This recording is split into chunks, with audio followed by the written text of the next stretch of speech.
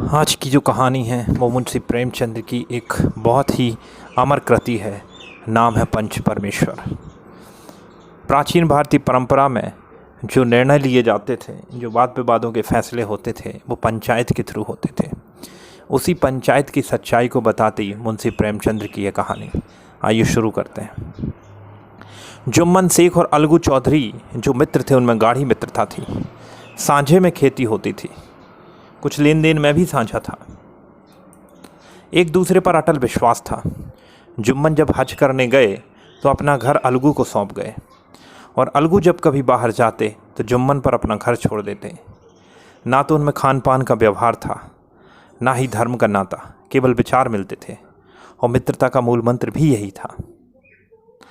इस मित्रता का जन्म उस समय हुआ जब दोनों बालक ही थे। जुम्मन के पूज्य पिता जुमराती उन्हें शिक्षा प्रदान करते थे। अलगू ने गुरुजी की बहुत सेवा की, खूब रकाबियाँ मांझी, खूब प्याले धोए। उनका हुक्का एक क्षण के लिए भी न विश्राम न लेने पाता था, क्योंकि प्रत्येक चिलम अलगू को आधे घंटे तक किताबों से अलग कर देती थी। अलगू के पिता पुराने विचारों के मनुष्य थे। उन्हें शिक्षा की अपेक्षा गुरु की सेवा शुश्रूषा पर अधिक विश्वास था। वो कहते थे, विद्या पढ़ने से नहीं आती, यह तो गुरु का आशीर्वाद होता है। बस गुरु जी की कृपा दृष्टि होनी चाहिए। एतवत यदि अलगू पर जुमरादी के आशीर्वाद अथवा सत्संग का कुछ फल ना हुआ हो तो यह मान करके संतोष कर लूँगा कि विद्योपार्जन के लिए उसमें कोई विशेष योग्यता ही ना रही होगी, या हो सकता है कि विद्या उसके भाग्य में ही ना हो। मगर जुमेराती शेख स्वयं आशीर्वाद के कायल ना थे। उन्हें अपने सोटे पर अधिक भरोसा था, और उसी सोटे के प्रताप से आज आसपास के गांव में जुम्मन की पूजा होती थी। उनके लिखे हुए रहननामे या बैनामे पर कचहरी का मुहर्रर भी कलम ना उठा सकता था। हल्के का डाकिया, कांस्टेबल और तहसील का चपरासी सब उनकी कृपा की आकांक्षा रखते थे। एतबत अलगू का मान उनके धन के कारण था, तो जुम्मन शेख अपनी अनमोल विद्या से ही सबके आदर के पात्र बने हुए थे। जुम्मन की एक बूढ़ी मौसी थी। उनके पास कुछ थोड़ी सी मिल्कियत थी, परंतु उनके निकट का कोई संबंधी ना था। जुम्मन ने लंबे चौड़े वादे करके मिल्कियत अपने नाम लिखवा ली। जब तक दान पत्र पर रजिस्ट्री ना हुई थी तब तक खाला जान का खूब आदर सत्कार किया गया। उन्हें खूब स्वादिष्ट पदार्थ खिलाए गए, हलवे पुलाव की वर्षा की गई, पर रजिस्ट्री की मोहर ने इन खातिरदारियों पर भी मानो मोहर लगा दी। जुम्मन की पत्नी करीमन रोटियों के साथ कड़वी बातों के कुछ तेज तीखे सालना भी देने लगी। जुम्मन शेख भी निठुर हो गए। अब बेचारी खाला जान को प्रायः नित्य ऐसी बातें सुननी पड़ती थी। बुढ़िया ना जाने कब तक जिएगी। 2-3 बीघे ऊसर क्या दे दिए, मानो मोल ले लिया। बघारी दाल के बिना रोटियां नहीं उतरती। जितना रुपया इसके पेट में झोंक चुके हैं उतने में तो अब तक 2-3 गाँव मोल ले लेते। कुछ दिन खाला जान ने सुना, जब ना सहा गया तो जुम्मन शेख से शिकायत की। जुम्मन ने स्थानीय कर्मचारी गृहस्वामी के प्रबंध में दखल देना उचित न समझा। कुछ दिन तक यूं ही रो धोकर काम चलता रहा। अंत में एक दिन खाला जान ने जुम्मन से कहा,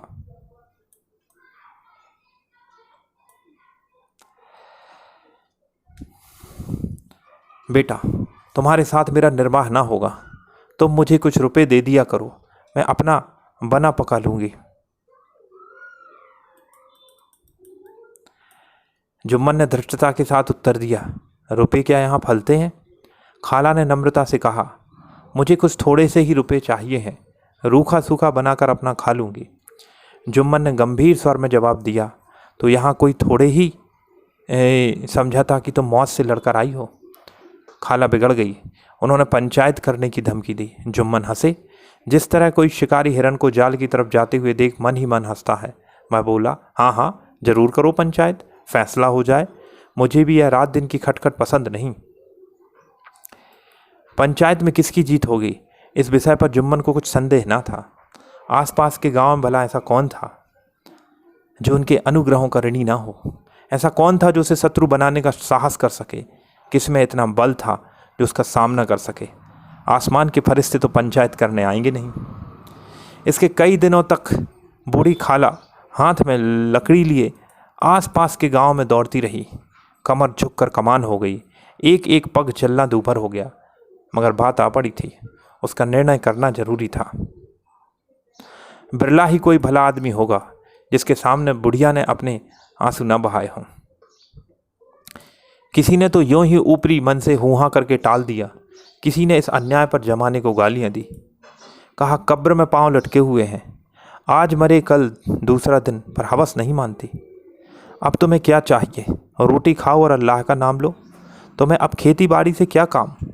कुछ ऐसे सज्जन भी थे जिन्हें हाथ से रच के रसास्वादन का अच्छा अवसर मिला। झुकी हुई कमर, पोपला मुंह, सनके से बाल, इतनी सामग्री हो तब हंसी क्यों ना आए।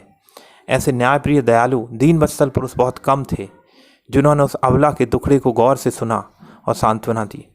चारों ओर से घूम घाम कर बेचारी अलगू चौधरी के पास आई, लाठी पटक दी और दम लेकर बोली, बेटा तुम भी दम भर के लिए मेरी पंचायत में चले आना। अलगू बोला, मुझे बुलाकर क्या करोगी? कई गांव के आदमी तो आएंगे ही। खाला, अपनी विपत तो सबके आगे रोई है, अब आने ना आने का अख्तियार उनको है। अलगू, यो आने को आ जाऊंगा मगर पंचायत में मुंह ना खोलूंगा। बेटा क्यों? अब इसका क्या जवाब दूं? अपनी खुशी, जुम्मन मेरा पुराना मित्र है, उससे बिगाड़ नहीं कर सकता। खाला बोली, बेटा क्या बिगाड़ के डर से ईमान की बात न कहोगे? हमारे सोए हुए धर्म ज्ञान की सारी संपत्ति लुट जाए उसे खबर नहीं होती, परंतु ललकार सुनकर वह सचेत हो जाता है, फिर उसे कोई जीत नहीं सकता। अलगू इस सवाल का कोई उत्तर न दे सका, पर उसके हृदय में ये शब्द गूंज रहे थे, क्या बिगाड़ के डर से ईमान की बात न कहोगे? क्या बिगाड़ के डर से ईमान की बात न कहोगे? क्या बिगाड़ के डर से ईमान की बात न कहोगे? संध्या के समय पेड़ के नीचे पंचायत बैठी। जुम्मन शेख ने पहले से ही फर्श बिछा रखा था। उन्होंने पान, इलायची, हुक्के, तंबाकू आदि का प्रबंध भी किया था। हाँ, वह स्वयं अलबत्ता अलगू चौधरी के साथ जरा दूर पर बैठे हुए थे। जब पंचायत में कोई आ जाता था तब दबे हुए सलाम से उसका स्वागत करते। जब सूर्य अस्त हो गया, चिड़ियों की कलरव युक्त पंचायत पेड़ों पर बैठी, तब यहाँ भी पंचायत शुरू हो गई। फर्श की एक एक अंगुल जमीन भर गई, पर अधिकांश दर्शक ही थे। निमंत्रित महाशयों में से केवल ही कुछ ही लोग पधारे थे जिन्हें जुम्मन से अपनी कसर निकालनी थी। एक कोने में आग सुलग रही थी। नाई ताबड़तोड़ चिलम भर रहा था। यह निर्णय करना असंभव था कि सुलगते हुए उपलों से अधिक धुआं निकलता है या चिलम के दमों से। लड़के इधर उधर दौड़ रहे थे, कोई आपस में गाली गलौज करते हुए, कोई रोते हुए। चारों तरफ कोलाहल मच रहा था। गांव के कुत्ते इस जमाव को भोज समझकर झुंड के झुंड में जमा हो गए। पंच लोग बैठ गए तो बूढ़ी खाला ने उनसे विनती की, पंचों, आज 3 साल हुए मैंने अपनी सारी जायदाद भांजे जुम्मन के नाम लिख दी थी। इसे आप लोग जानते ही होंगे। जुम्मन ने मुझे ताहयात रोटी कपड़ा देना कबूल किया था। साल भर तो मैंने इसके साथ रो धोकर काटा, पर अब रात दिन का रोना सहा नहीं जाता। मुझे न पेट की रोटी मिलती है न तन को कपड़ा। बेकस बेबा हूँ, कचहरी दरबारी कर नहीं सकती। तुम्हारे सिवा किसको अपना दुखड़ा सुनाऊँ? तुम लोग जो राह निकाल दोगे उसी राह पर चलूँ। अगर मुझ में कोई ऐब देखो तो मेरे मुँह पर थप्पड़ मारो। जुम्मन में बुराई देखो तो उसे समझाओ। क्यों एक बेकस की आह लेता है? मैं पंचों का हुक्म सिर माथे पर चढ़ाऊंगी।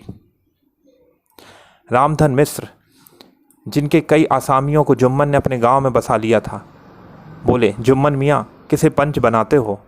अभी से इसका निपटारा कर लो, फिर जो कुछ पंच कहेंगे मानना पड़ेगा। जुम्मन को इस समय सदस्यों के में वे ही विशेषकर लोग दिख पड़े जिनमें किसी न किसी कारण उनका वैमनस्य था। जुम्मन बोले, पंचों का हुक्म अल्लाह का हुक्म है। खाला जान जिसे चाहे उसे बदें, मुझे कोई उज्र नहीं। खाला ने चिल्लाकर कहा, अरे अल्लाह के बंदो, पंचों का नाम क्यों नहीं बता देता? मुझे कुछ तो मालूम हो। जुम्मन ने क्रोध से कहा, अब इस वक्त मेरा मुँह न खुलाओ, तुम्हारी बन पड़ी है, जिसे चाहे पंच बना दो। खाला जान जुम्मन के आक्षेप को समझ गई। वह बोली, बेटा खुदा से डरो, पंच ना किसी के दोस्त होते हैं ना किसी के दुश्मन। कैसी बात कहते हो? और तुम्हारा किसी पर विश्वास ना हो तो जाने दो। अलगू चौधरी को तो मानते हो, उन्हीं को सरपंच बसती हूँ। जुम्मन से खिल उठे, परंतु भावों को छुपाकर बोले, अलगू ही सही, मेरे लिए जैसे रामधन वैसे अलगू। अलगू इस जपेले में फंसना नहीं चाहते थे। वे कन्नी काटने लगे। बोले, खाला तुम जानती हो मेरी जुम्मन से गाढ़ी दोस्ती है। खाला ने गंभीर स्वर में कहा, बेटा, दोस्ती के लिए कोई अपना ईमान नहीं बेचता। पंच के दिल में खुदा बसता है। पंचों के मुंह से जो बात निकलती है वह खुदा की तरफ से निकलती है। अलगू चौधरी सरपंच हुए। रामधन मिश्र और जुम्मन के दूसरे विरोधियों ने बुढ़िया को मन में बहुत कोसा। अलगू चौधरी बोले, शेख जुम्मन, हम और तुम पुराने दोस्त हैं। जब काम पड़ा तुमने हमारी मदद की और अब जो भी कुछ बन पड़ा तुम्हारी सेवा करते रहे हैं, मगर इस समय तुम और बूढ़ी खाला दोनों हमारी निगाह में बराबर हो। तुमको पंचों से जो अर्जी करनी है करो। जुम्मन को पूरा विश्वास था अब बाजी मेरी है। अलगू यह सब दिखावे की बात कर रहा है। अतवत शांत चित्त हो जुम्मन बोला, पंचो, 3 साल हुए खाना जान ने अपनी जायदाद मेरे नाम हिब्बा कर दी। मैंने उन्हें ता हयात खाना कपड़ा देना कबूल किया था। खुदा गवाह है, आज तक मैंने खाला जान को कोई तकलीफ नहीं दी। मैं उन्हें अपनी माँ के समान समझता हूँ। उनकी खिदमत करना मेरा फ़र्ज है, मगर औरतों में ज़रा अनबन रहती है, उसमें मेरा क्या बस। खाला जान मुझसे माहवर खर्च अलग मांगती हैं। जायदाद जितनी है वह पंचों से छिपी नहीं है। उससे इतना मुनाफा नहीं होता कि माहवर खर्च दे सकूं। इसके अलावा हिब्बे नामे में माहवर खर्च का कोई जिक्र नहीं तो मैं भूल कर भी इस झमेले में ना पड़ता। बस मुझे यही कहना है, आइंदा पंचों का फैसला अख्तियार है, जो चाहे फैसला करें। अलगू चौधरी को हमेशा कचहरी में काम पड़ता था। एतबत वह पूरा कानूनी आदमी था। उसने जुम्मन से जिरह शुरू की। एक एक प्रश्न जुम्मन के हृदय पर हथौड़े की चोट की तरह पड़ता। रामधन मिश्र इन प्रश्नों पर मुग्ध हो जाते। जुम्मन चकित थे, अलगू को क्या हो गया? कभी यह अलगू मेरे साथ बैठा हुआ कैसी कैसी बातें कर रहा था, इतनी देर में काया पलट हो गई। मेरी जड़ें खोदने पर तुला हुआ है। ना मालूम कब की कसर निकाल रहा है। क्या इतने दिनों की दोस्ती कुछ काम नहीं आएगी? जुम्मन शेख तो इसी संकल्प विकल्प में पड़े हुए थे। इतने में अलगू ने फैसला सुनाया। जुम्मन शेख, पंचों ने इस मामले पर विचार किया। उन्हें यह नीति संगत मालूम होता है कि खाला जान को माहवर खर्च दिया जाए। हमारा विचार है कि खाला की जायदाद से इतना मुनाफा अवश्य होता है कि माहवर खर्च दिया जा सके। बस यही हमारा फैसला है। जुम्मन, अगर तुम्हें खर्च देना मंजूर नहीं है तो हिब्बानामा रद्द समझा जाएगा। यह फैसला सुनते ही जुम्मन सन्नाटे में आ गए। जो अपना मित्र हो वह शत्रु का व्यवहार करे, गले पर छुरी फेरे। इस समय के हेर फेर के सिवा और क्या कहें। जिस पर पूरा भरोसा था उसने समय पड़ने पर धोखा दे दिया। ऐसे ही अवसरों पर झूठे सच्चे मित्रों की परीक्षा की जाती है। यही कलयुग की दोस्ती है। अगर लोग ऐसे कपटी और धोखेबाज न होते तो देश में आपत्तियों का प्रकोप क्यों होता। यह हैजा, प्लेग आदि व्याधियाँ दुष्कर्मों के ही दंड हैं। मगर रामधन मिश्र और अन्य पंच अलगू चौधरी की इस नीति परायणता की प्रशंसा जी खोल कर रहे थे। वे कहते हैं, इसका नाम है पंचायत, दूध का दूध पानी का पानी। दोस्ती की जगह दोस्ती, किंतु धर्म पालन मुख्य रूप से करना। ऐसे ही सत्यवादियों के बल पर पृथ्वी ठहरी हुई है, नहीं तो यह कब की रसातल में चली गई होती। इस फैसले ने अलगू और जुम्मन की दोस्ती की जड़ हिला दी। अब वे साथ साथ बातें करते नहीं दिखाई देते। इतना पुराना मित्रता रूपी वृक्ष सत्य का एक झोंका भी न सह सका। सच में वह बालू की जमीन पर खड़ा हुआ था। उनमें अब शिष्टाचार का अधिक व्यवहार होने लगा। एक दूसरे की आवभगत ज़्यादा करने लगे। वे मिलते जुलते थे, मगर उसी तरह जैसे तलवार से ढाल मिलती है।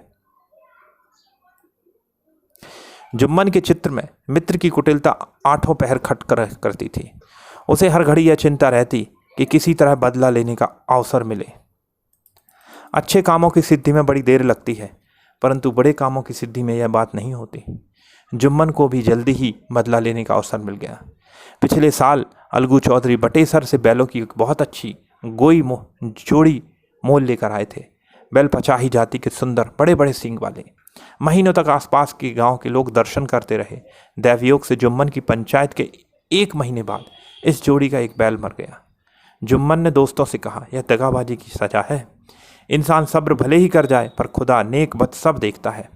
अलगू को संदेह हुआ। जुम्मन ने बैल को विष दिला दिया। चौधराइन ने भी जुम्मन पर ही इस दुर्घटना का दोषारोपण किया। उसने कहा, जुम्मन ने कुछ करा दिया है।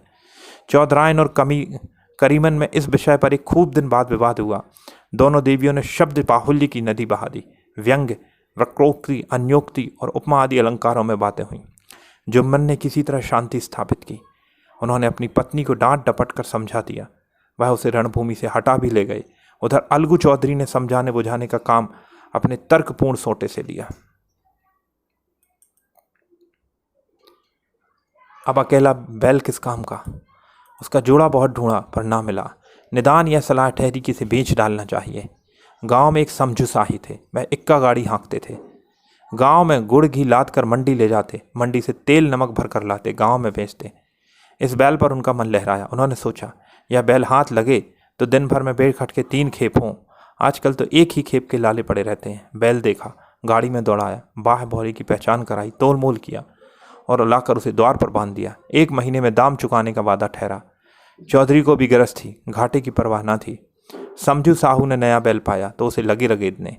वह दिन में 3-3 4-4 खेप करने लगे। न चारे की फिक्र न पानी की, बस खेपों का काम था। मंडी ले गए, वहाँ कुछ भूखा सूखा सामने डाल दिया। बेचारा जानवर अभी दम न ले पाया था, फिर जोत दिया। अलगू चौधरी के घर तो चैन की बंसी बजती थी। बैलराम छठे 6 माह कभी बहाली में भेजे जाते थे। खूब उछलते कूदते, कोसों तक दौड़ते चले जाते थे। वहां बैलराम का रातिब था। साफ पानी, दली हुई अरहर की दाल, भूसे के साथ खली, और यही नहीं, कभी कभी घी का स्वाद भी चखने को मिल जाता था।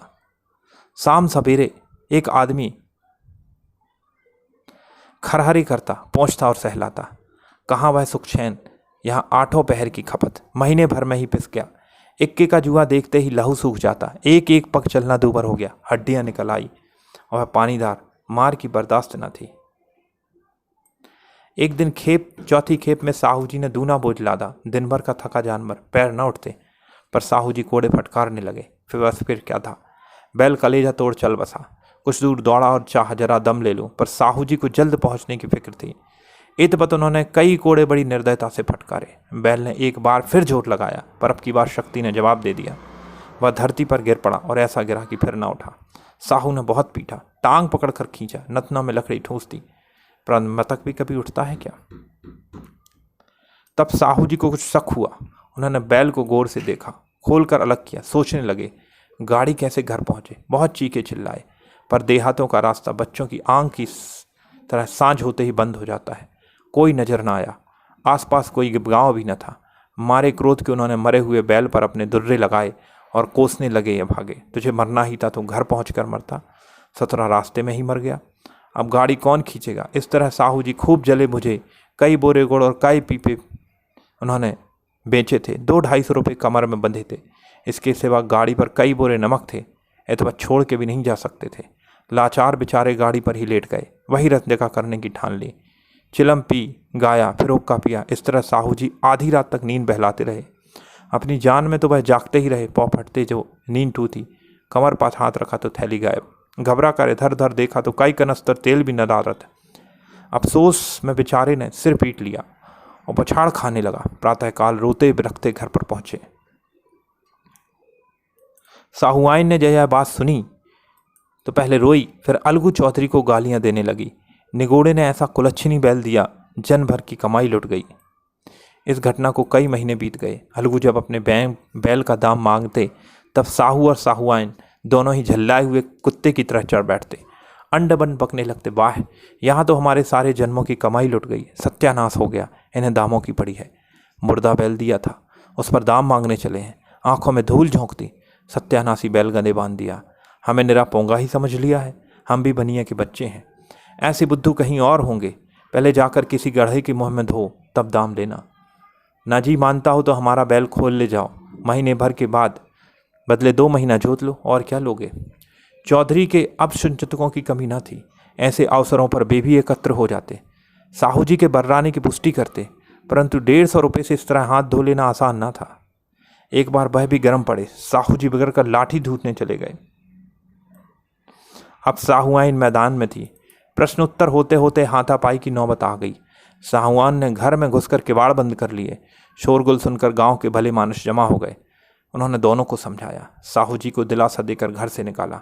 वह परामर्श देने लगे कि इस तरह से काम न चलेगा, पंचायत कर लो, जो कुछ तय हो जाए उसे स्वीकार लो। साहू जी राजी हो गए। अलगू ने भी हामी भर ली।